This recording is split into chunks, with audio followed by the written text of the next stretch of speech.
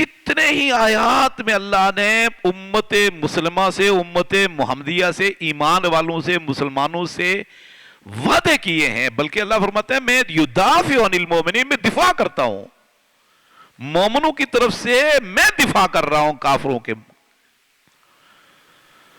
اللہ اکبر.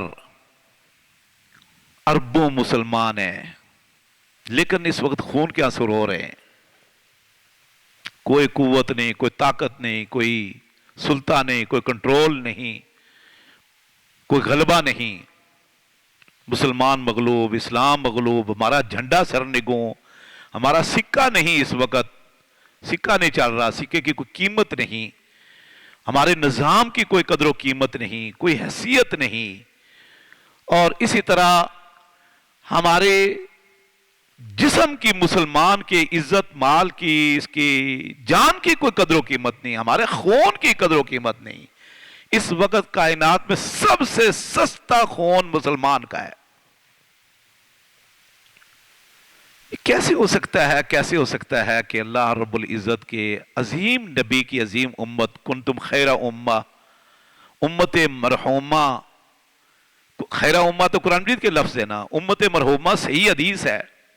وَكَذَلِكَ جَعَلْنَاكُمْ أُمَّةً وَسَطًا، خیار امت، عظیم امت، عظیم نبی کی عظیم امت. قرآن کریم کے حاملین، اللہ اور اس کے رسول پر ایمان رکھنے والے آج کیوں مغلوب ہیں؟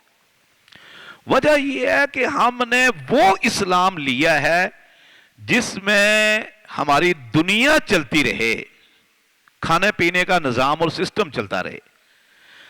جو واقعات ہیں قرآن کریم کے، جو احکام ہیں نا، اس کی روح کو ہم نہیں سمجھتے، سمجھ بھی لیں تو عمل نہیں کرتے، سمجھنے کی کوشش بھی نہیں کرتے.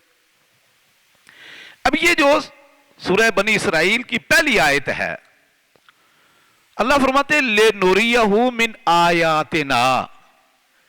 اس واقعہ میں، اس قصہ میں، اس عجوبہ میں، تاریخ انسانی کے اندر، اس میں ہم نے بہت ساری نشانیاں، بہت ساری عبرتیں، بہت سارے دلائل، پروف، حجج اور براہین ذکر کر دیے ہیں عقل والوں کے لیے، وہ ہمیں لینے چاہیے تھے.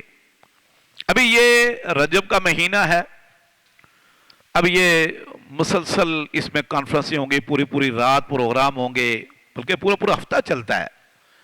اور پھر سر دھنتے ہیں، جھومتے ہیں، اور پھر دین سے دور لوگ. پہلی بات تو یہ ہے کہ یہ جو اسراء اور معراج کب ہوئی، صحابہ کرام کا اس میں اختلاف تھا، اور تاریخ کی کتابیں، سیرت کی کتابیں بری پڑی ہے. یہ کس سال اسراء اور معراج کا واقعہ پیش آیا، سال میں ہی اختلاف ہے. یہ اتفاق ہے کہ ہجرت سے پہلے واقعہ پیش آیا، کس سال کوئی پتہ نہیں، مہینہ اور دن کا تو پتہ ہی نہیں نا. پھر اس میں سے عقیدے کی بہت ساری باتیں نکلتی ہیں. اب علماء کرام اس پوری رات جو ہے یہ واقعہ بیان کریں گے، محظوظ ہوں گے، لوگوں کو کریں گے، اور اس میں بہت سارے لوگوں کا پورے سال کا خرچہ بھی نکل جاتا ہے. تو یہ بیان کریں گے کہ اللہ کے نبی صلی اللہ علیہ وسلم مکہ سے چلے براق پر، اسرا سیر کروائی اپنے بندے کو. اس موقع پر جو اللہ نے اپنے آخری نبی کو لقب دیا، اعزاز بخشا، وہ ہے عبدہ ہی، کہ اتنا عروج ملنے کے باوجود بھی آپ اللہ کے بندے ہیں، اللہ کی بندگی کرنے والے ہیں. پھر آپ بیت المقدس گئے، وہاں سے اتنا طویل، پہلے اور دوسرے آسمان میں فاصلہ اتنا جتنا زمین اور آسمان کے درمیان ہے، ہر آسمان میں اس سے زیادہ فاصلہ ہے. تو وہ آسمانوں پر گئے، پھر آسمان سے اوپر گئے، پھر اللہ سے ہم کلام ہوئے، اللہ نے 50 نمازیں دی، پھر نیچے آئے، موسیٰ علیہ السلام سے ملاقات ہوئی. تمام جو 7 آسمان ہیں، ہر آسمان پر انبیاء سے ملاقات ہوئی. صحیح بخاری کے اندر ان کے نام موجود ہیں، کس آسمان پر کس نبی سے ملاقات ہوئی، انہوں نے استقبال کیا نبی کریم صلی اللہ علیہ وسلم کا. اور پھر 50 نمازیں موسیٰ علیہ السلام کے مشورے پر کم کروا کے تو 5 ہو گئی. اوپر جاتے رہے، پھر نیچے آتے رہے. پھر اللہ کے نبی صلی اللہ علیہ وسلم واپس مکہ آ گئے. یہ ہے وہ واقعہ جو قرآن کریم میں بھی ہے اور حدیث میں بھی ہے.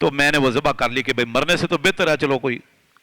تو یہ کہتے ہیں کہ مجھے غصہ آیا تو میں نے ایک تھپڑ مارا اس کو کہ بھئی تو نے کس چیز کی حفاظت کر رہی تھی تو کیا. پھر مجھے خیال آیا کہ یار نقصان ہم سے بھی ہو جاتا ہے, بکری اگر کہیں کیا ہوتا. بڑا دکھ ہوا تو میں نے اللہ کے نبی صلی اللہ علیہ وسلم سے عرض کیا کہ اس طرح آج واقعہ ہوا ہے, بکری گری زخمی ہو گئی, میری خادمہ نے وہ ذبح کر دی, لے آئی گھر میں گوشت اس کا, تو ذبح کر کے لے آئی تو مجھے غصہ آیا, میں تھپڑ مار دیا. تو میں چاہتا ہوں کہ میں اس کا کفارہ ادا کروں. یہ جو مجھے غصہ آیا اور میں نے اس کو ایک عورت کو مارا ہے.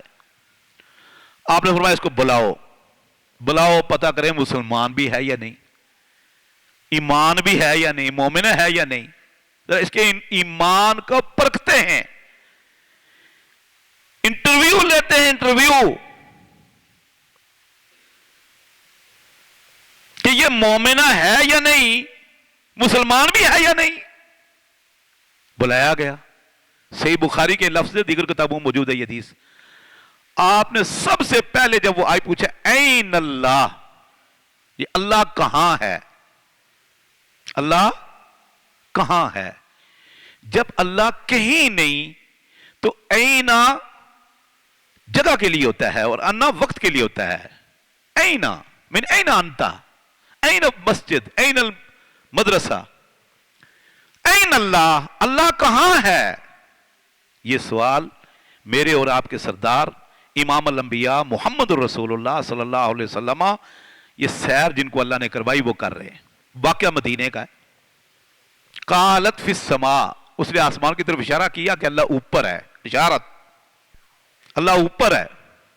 اچھا من انا, میں کون ہوں. قال انت رسول اللہ, آپ اللہ کے رسول ہو, نبی ہو. ایمان پرکھنے کے لیے, ایمان جانچنے کے لیے دو سوال, صرف دو سوال.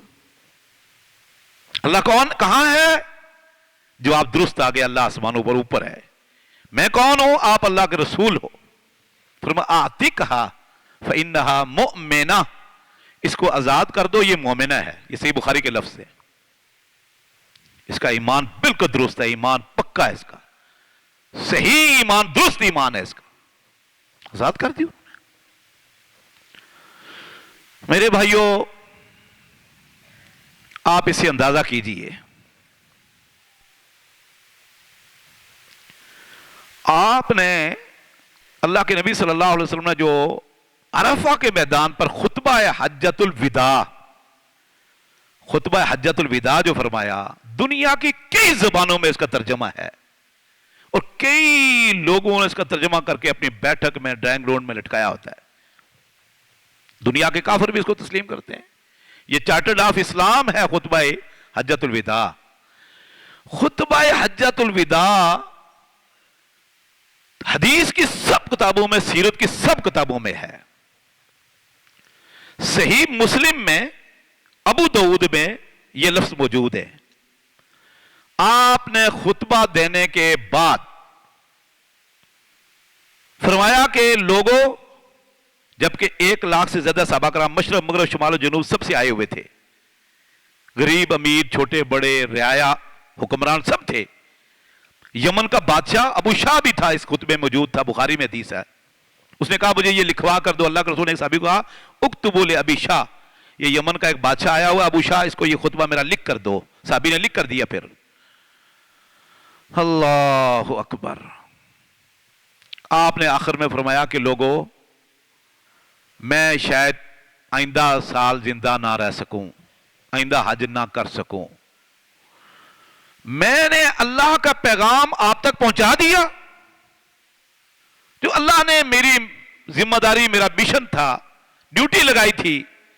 میں پیغمبر ہوں, میسنجر ہوں, میں اللہ کا پیغام آپ تک پہنچانے کے لیے آیا تھا. کیا میں نے اللہ کا پیغام آپ تک پہنچا دیا؟ کیونکہ یہ آیت ہے نا, الیوم اکملت لکم دینکم واتممت علیکم نعمتی ورضیت لکم الاسلام دینا. یہ عرفہ کے میدان پر نازل ہوئی, میدان عرفہ میں نازل ہوئی اسی موقع پر. تو اللہ نے بھی کہہ دیا کہ دین مکمل ہو گیا اور یہ میرا پسندیدہ دین ہے. نعمتیں بھی مکمل کر دی ہیں, نعمتوں میں اسلام ہے. پھر آپ نے بھی کہہ دیا. تو سب نے بیک زبان کہا کہ آپ نے اللہ کا پیغام ہم تک پہنچا دی ہے.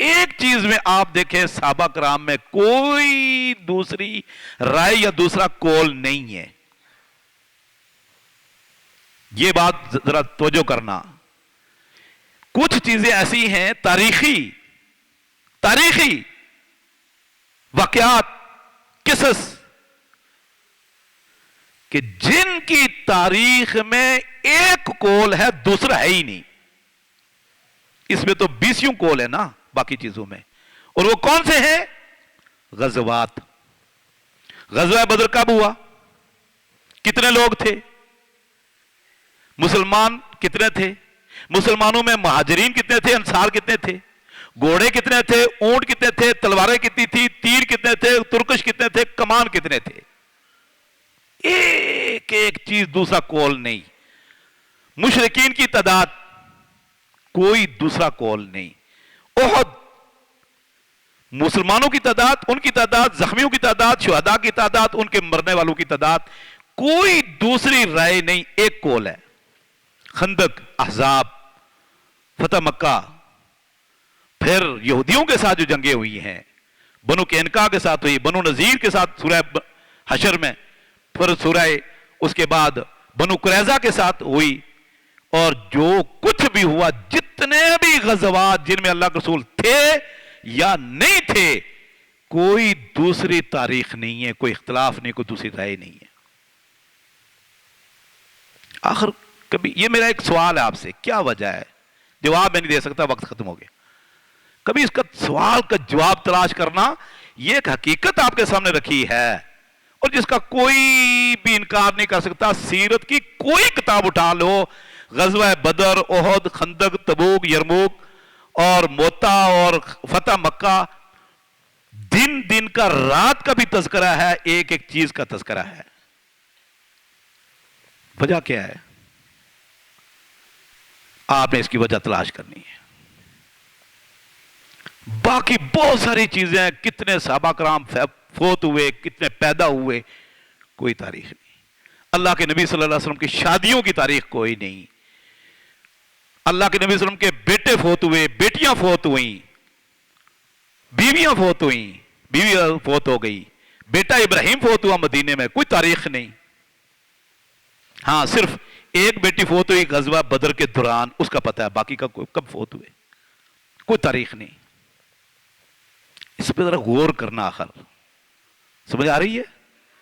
اسلام کا تعلق کس چیز سے ہے؟ ہمیں کس چیز کی ضرورت ہے؟ حقائق پر غور کرو. زندگی دوبارہ نہیں ملے گی. کہاں ہم گھوم رہے ہیں، کدھر جا رہے ہیں؟ دنیا کے لیے ہم بڑے چالاک ہیں. دین کے لیے ہم نے کیا کیا؟ اپنی آخری زندگی کی کامیابی کے لیے ہم نے کیا کیا؟ حقائق سے کب تک آنکھیں بند رکھیں گے؟ کب تک سنی سنائی پر چلیں گے؟ کب تک جو ہے وہ ایک بس آگے جو بتی والا جا رہا ہے اس کے پیچھے لگے رہیں گے؟ یہ اللہ رب العزت نے عقل دی ہے. کوئی اسلام پر غور و فکر کریں، اسلام کو سمجھیں. اسلام بالکل واضح ہے. آج تک وہی قرآن کے الفاظ، وہی حدیث کے، وہی ترتیب، وہی الفاظ، وہی سب کچھ. اور قیامت تک کے لیے اللہ نے قرآن کی بھی حفاظت کی ہے، حدیث کی بھی ہے. یہ ایسا ذخیرہ ہے معلومات کا مسلمانوں کے پاس، دین کا اتھینٹک. قیامت تک اس میں کوئی تبدیلی نہیں. اللہ نے حفاظت کی ہے. جس چیز کی حفاظت کی ہے اس سے ہم آج اتنے غفلت برت رہے ہیں، اس کے پتہ ہی کوئی نہیں. اللہ دین کو سمجھنے، اس پر عمل کرے.